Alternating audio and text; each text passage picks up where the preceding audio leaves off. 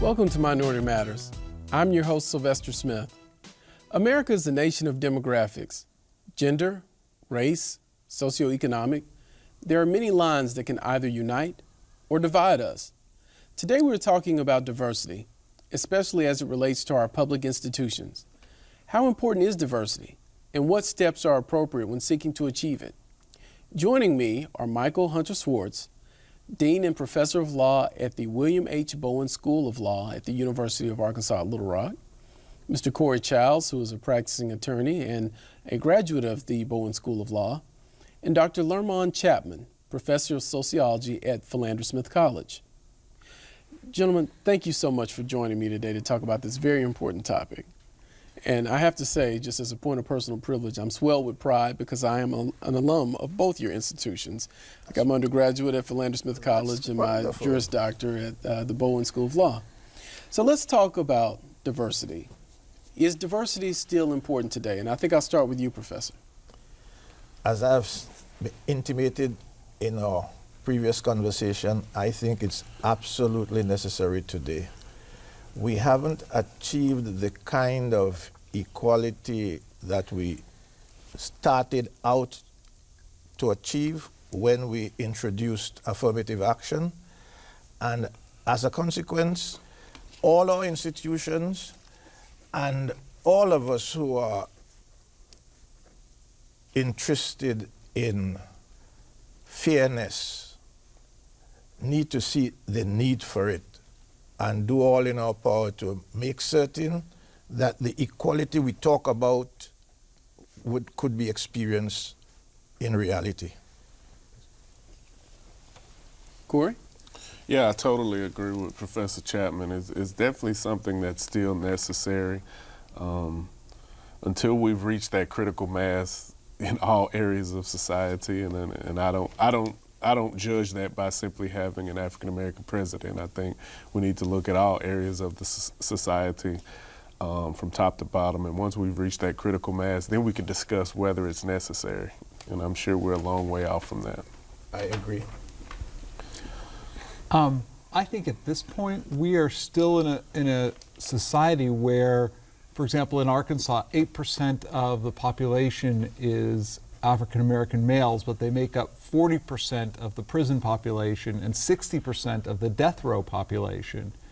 And the most recent studies from 7 southern states found that blacks are still systematically excluded from juries, which is particularly outrageous because the research shows that diverse juries are more likely to make accurate factual conclusions.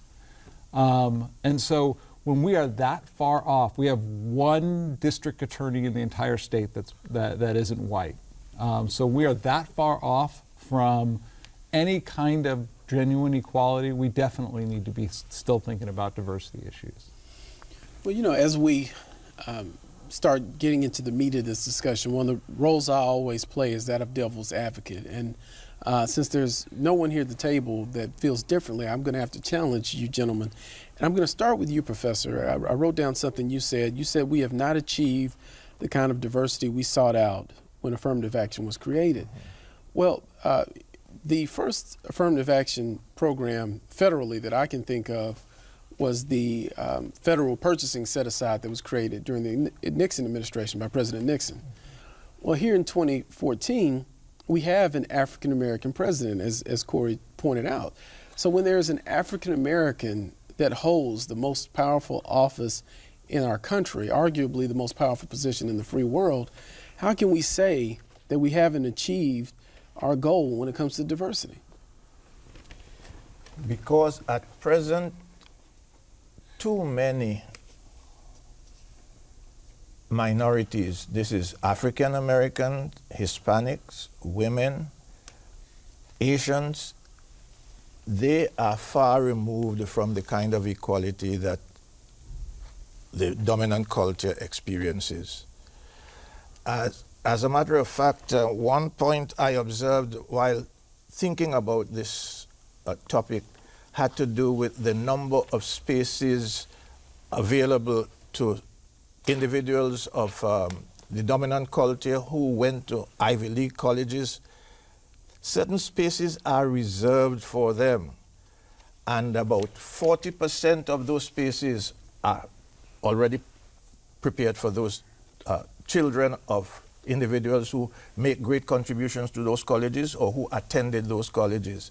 And so as a consequence, fewer places are left for individuals who must go through the system, the educational system, to achieve the American dream. They can't get it any other way. And so spaces must be provided for them to continue to at least move from the lower level to a higher level. You know, I think that's a fair point, and that almost sounds, this whole thing of setting aside seats for donors almost sounds like, I guess, the reverse of affirmative action. But wouldn't you gentlemen agree that if you're making a contribution to a private organization, that contribution ought to mean that your family would have access to that private organization?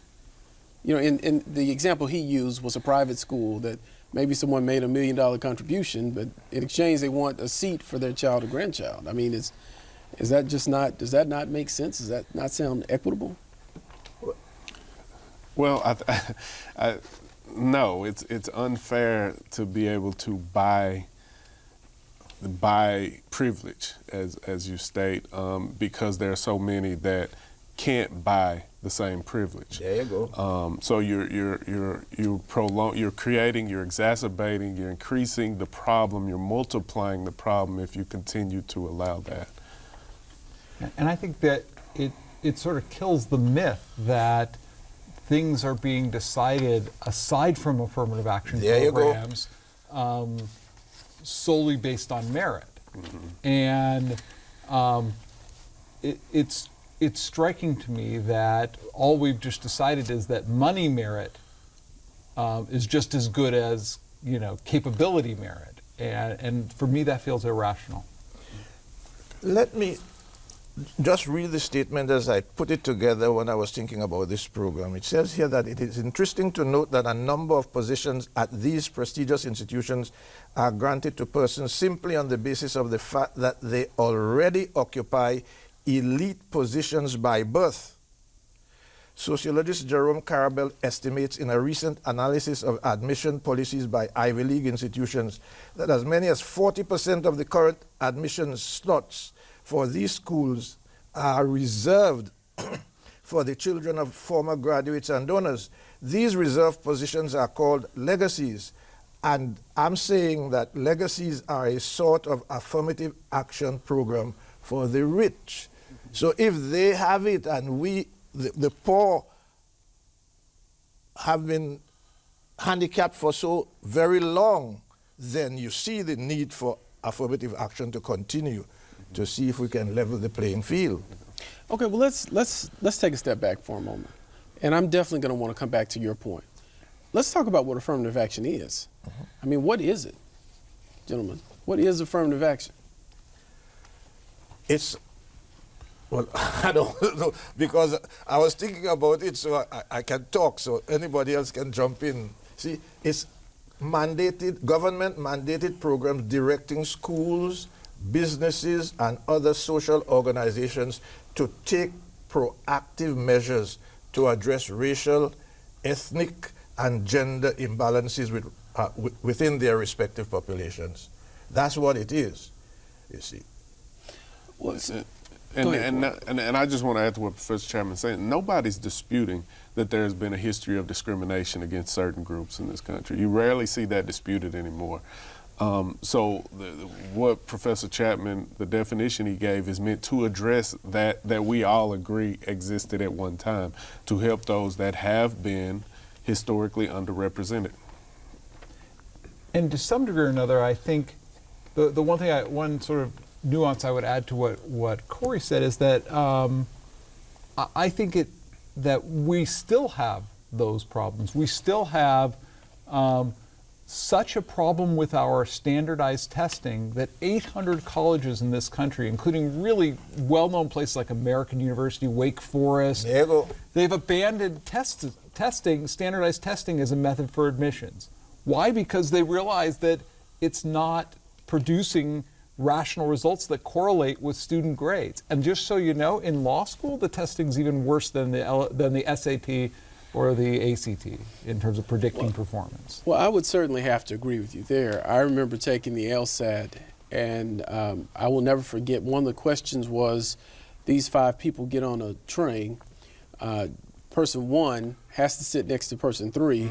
Person 4 will not sit next to person 2. So align them up in a way that corresponds with these limitations and requirements. That has absolutely nothing to do with the practice of law or the study of law. So that, to me, just seems absolutely ridiculous, and I can't understand why it's utilized today in any way, shape, form, or fashion. But back to the statement at hand, that being what is affirmative action? The technical definition that you use, Professor, I think is something that no one would disagree with as an aspirational goal. I think the problem that we have, and I think public perception is probably in favor of this position, is that aspirational goals are fine as long as you aren't putting a legislative mandate on a private business owner or a private institution that they have to achieve that goal. Does anyone at this table disagree with that? Or do you believe that government ought to be able to require private institutions and organizations to implement affirmative action programs? See, I think what's, at least in the legal world, what's going on is that private businesses are requiring private legal employers to hire for diversity. And they're choosing to take their business elsewhere if they don't. And so we actually have private policing going on. So if that's happening, to the degree it is happening, and I'm certain that it's happening in Little Rock, because I've had conversations about that. So I don't know. I sort of feel like we may be getting, at least at the private level, we may be finding other ways that will push legal employers, at least, to change their practices. You see, I know it's important to note that some institutions, organizations have been practicing discrimination. And as a result, the government sought to do something about it. Let's go back to 1957 and Central High right here in Little Rock, Arkansas. See how much pressure had to be applied for reasonably thinking people to make changes to a system that has been unfair. You know, and I was thinking about it last night, and I was wondering, were those students, 9 students who went there the first time around, deficient in their preparation to go through the high school? They found no deficiencies, but they were keeping them out. They chose to keep them out. So unless the power of the state had been used to help us begin to move in a direction to rectify these disparities, there wouldn't have been any efforts. Yeah, and I think that we have to also recognize, my question was about the difference between a public organization and a private organization. That being a public organization, I certainly agree with what you're saying, but it seems as if the dean's point, there are external factors that are market-driven factors that are directing or leading these private organizations to seek diversity. And Corey, you work at one of these private organizations. What are your thoughts, and what are you seeing at the firm you work at? I agree with the dean and Professor Chapman that, I mean, what they're talking about is sort of what I call the Walmart initiative, where Walmart came out and said, look, you will make sure that you have minority lawyers, lawyers that have historically been underrepresented at your firm working on my cases, and that sort of drives diversity in that area. The first thing that needs to happen in law firms in this state and around the country, I imagine, we have to recognize that there's a problem. I mean, I think too often we just ignore it. It's no big deal, or you may hear the pipeline excuse, oh, there aren't any good African Americans or minority lawyers or law students out there. That's not true. I'm here to say that is not true. These law firms, law departments, businesses must recognize the problem first and foremost. There is a problem of diversity. Well, just as an objective third party, it seems to me that your firm, Mitchell Williams, is really working aggressively to make sure they have a team that looks like Arkansas, and I just want to applaud them for that. Definitely. Corey makes a point being that I think is an appropriate transition to what's going on at your university. He says that some of these, at least legal employers, say that we can't hire African American attorneys because the universities are not producing them. Now, what are your thoughts? And let me, before I ask the question, to say this. I know that you've got this new program, LEAP, and I'd like for you to talk about that and what it does, what it is. But before you do, I'd like to say this. When I applied for the University of Arkansas Bowen School of Law, there were 1,685 applicants, of which 159 of us were selected. That's less than 10% of the applicants. And we had what I would consider to be a small group of African Americans that were in that class. So tell us what the problem is. Tell us what LEAP, the goal of LEAP is, and what it would do to address the issue. So there really is a problem with not the lawyers that law schools are that law schools are producing, but I would say there's a problem with law schools successfully recruiting and convincing college graduates of color that they want to go to law school, that it will serve their interests. And I think we could do a better job. The term that we use in our field are pipeline programs. Do a better job communicating the value proposition of a law degree. Aside from that, and specifically about the LEAP program, so here's basically where this program's coming from. When you look hard at the data, Arkansas needs to diversify its lawyer population.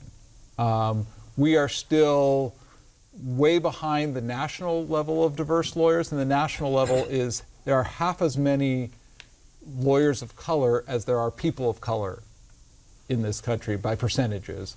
And Arkansas is even further than that behind. And so part of our goal with LEAP is for the benefit of all the students in the class and for the benefit of Arkansas, we need to be more representative, but not just representative in terms even of color, but also in terms of socioeconomic background. For example, there's a real huge problem in the state getting legal representation for anyone in the Delta region. And so we're not really serving Arkansas as a public institution if we're not producing lawyers that represent the entire community of the state. Well, I've talked to lawyers of color, several of them that are African American, and asked them, what do you think about this effort that Bowen is making? And several of them are men and women who, like me, have hung out a shingle. And the one thing that I've heard from several of them is, I had to meet the previous standards. No one opened a side door, a special door for me. So I don't think it's appropriate that there's a new program that says, hey, we're going to lower the bar just for you so that those people can come out and compete with us as African American attorneys. I mean, what do you say to that? Great question. So I think that reflects a mythology about the predictive power of the LSAT. So for Bowen Law School, there's only a 0.3 correlation between LSAT score and success in law school. What does that mean? It's sort of like the way you calculate a variance is you square the correlation. So that makes it that basically 10% of the variance in student performance is LSAT, 90% of the variance is something else that we're not measuring with the LSAT or even with undergraduate GPAs. That's grade point averages. So what does that mean? It means that there's something going on that explains why, and I bet this was true for both of you when you were in law school, that there were people who did great, who had terrible LSAT scores, and people who did poorly who had great LSAT scores. That's because something else explains it. That's right. Hard work, sweat, dedication, That's right. commitment, integrity, all those other things that are much better predictors. So once you realize that in fact, the people who administer the LSAT is an organization called the Law School Admissions Council, and they tell law schools, you're botching it. You over-rely on the LSAT because it doesn't have that much predictive power. And so here we are using that as the god of all our decision making when we know it doesn't actually have that great of predictive power. So the LEAP program, basically what we're saying is come to our law school over the summer and prove it. You believe that you have what it takes to be successful? Well, we're going to give you a chance to prove it that your numbers are not the right predictor. We're going to actually put you in a law school class. We're going to teach you how to be successful in law school. And if you do well, we'll admit you into the law school. Corey, do you have any thoughts on this? And as a Bowen graduate, in the interest of full disclosure, I am on the alumni board at UALR Law School. I fully support the dean. I think it's a great new program. And I would tell those students or lawyers now that graduated and would say that this is not going to lower the standards for the law school. That's right. In the sense that these students, like Dean said, have to prove themselves. That's right. This is better for the law school in the long run, in the sense that if they make it through this rigorous program and start law school. I started law school cold the first day. I had no idea what I was getting into. These students will. So they'll actually have a leg up over even me and people like me. So I think that'll make the law school better. And these students are going to graduate and pass the bar, which at the end of the day is the ultimate predictor of how good your law school is. Do you have something you want to add, Professor? I just wanted to agree with that. I'm sorry, I'm very sorry. But I am in full agreement with that. It's like a boot camp. Mm-hmm. You go there, you prove yourself, we keep you. You didn't prove yourself, you had to come another time. Well, and I have to say, as a former law student myself, that I can certainly see the benefit of a program that gets you ready. I think the question, and I've got an article that Dan Greenberg from the Arkansas Project wrote about LEAP, in which he alleges that it's unconstitutional. So I think the goal is meritorious, and the concept sounds great. The question is it constitutional? Because Mr. Greenberg alleges that one of the key determinants to admission into the LEAP program is race. And one of the things I learned at your law school is that the Constitution requires what's called a strict scrutiny analysis for any race-based determination. And that means that the government pretty much has to have no other way to achieve its goal other than to bring race into it. So, I mean, is Mr. Greenberg correct? Is LEAP unconstitutional? So at the time Mr. Greenberg wrote that, he was looking at a draft proposal. And one of the dangers, one of the things about having a blog is that you need to fill it. And so he was needing to fill it with something, so he wrote about a program that the faculty hadn't yet even discussed. And so by the time we discussed it, we decided that the better course of action would be a race-neutral program. Even though we think that, given the history in Arkansas and at Bowen, we could have survived constitutional scrutiny if we had had a race-based program, we decided that first we have to try a less imposing means, a less restrictive means, to use the constitutional term. And so we basically have decided to do a completely race-neutral program. And so the basic idea of a race-neutral program is we ask every LEAP applicant to show that he or she has, among other things, overcome a challenge in life. So I can even imagine, that Mr. Greenberg is also an alum of the school, but if he had been applying and said, growing up as the son of a newspaper editor was really traumatic and it affected his ability to do well in school, we would have considered that. But our basic idea is that we are willing to let the students show us how their life experiences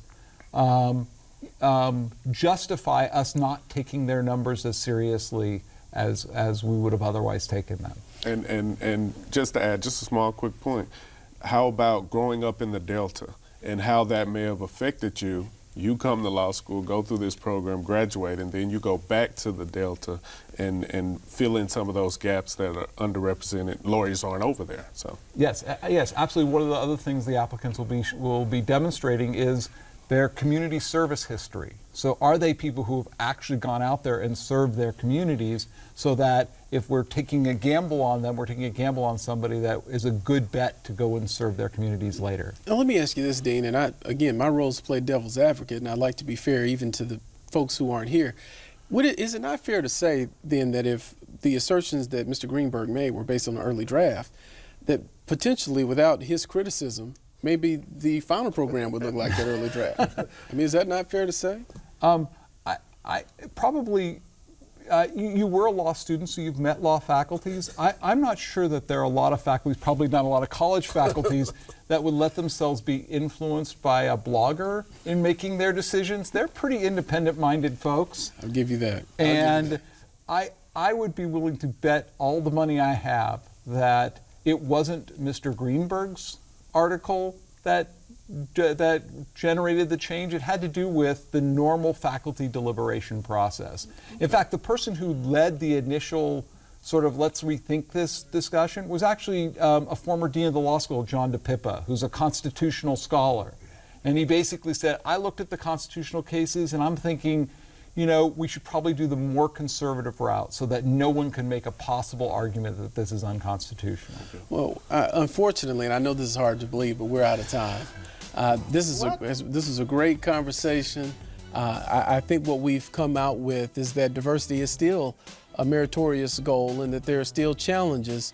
But what we've got to do is come up with concepts that at least, first off, are market-driven if it's the private sector, and secondly, if it's the public sector, meet constitutional scrutiny. Hey, thank you for joining us today. We appreciate your time. And with that, we'll see you next time.